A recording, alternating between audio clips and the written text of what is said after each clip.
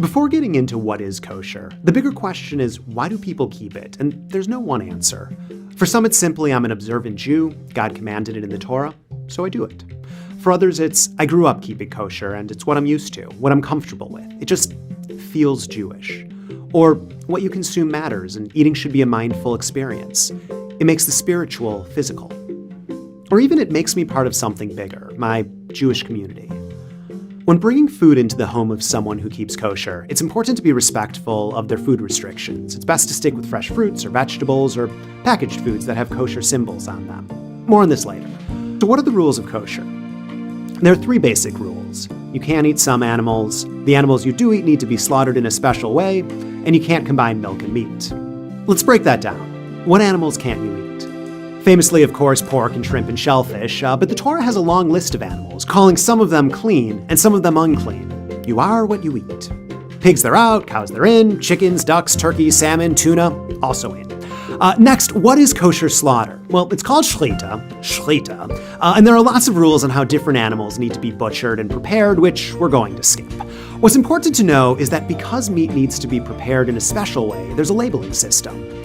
Certifying agencies, famously the OU, put their labels, their hechshers, on foods. If there's a hechsher on it, the meat, or any packaged food, is certified kosher. If not, it isn't. Some foods don't require hechshers, like fruits and veggies and others. Most food in a grocery store is not kosher. You may have to hunt around a bit for some products, or even go to a separate store to find things like kosher meat and wine.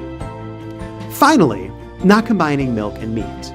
Yes, this does mean no cheeseburgers, but it goes a bit beyond that. For instance, you can't use butter in mashed potatoes you're serving with turkey. Separating milk and meat is taken so seriously that some people wait an hour or 3 or even 6 between eating the two. In kashrut, food gets lumped into 2 main categories: milk and meat. If you're invited to a kosher meal, it will either be a milk meal or a meat meal, a meal that has dairy or one that has meat, not both. This is why kosher restaurants are either dairy restaurants or meat restaurants. Kosher kitchens at home generally have 2 sets of everything: dishes, pans, and sometimes, yes, even the kitchen sink. Food that's neither milk nor meat is called parv, and you can have that food with everything. Yay! These rules for kosher originally came from the Torah, which is sparse about the specifics. All the Torah says about milk and meat, for instance, is you shall not boil a kid in the milk of its mother, which some believe was in response to an ancient pagan ritual where they did that. Like most Jewish commandments, mitzvot, the rest of the rules of kosher come from thousands of years of tradition, where people asked, what's the deeper meaning of this passage? So the 3 basic kosher laws got extrapolated and evolved into the consensus Jews have today, that, by the way, is still evolving. For instance, one of the debates right now is whether to include ethical labor practices inside the kosher conversation. Kosher standards vary by community.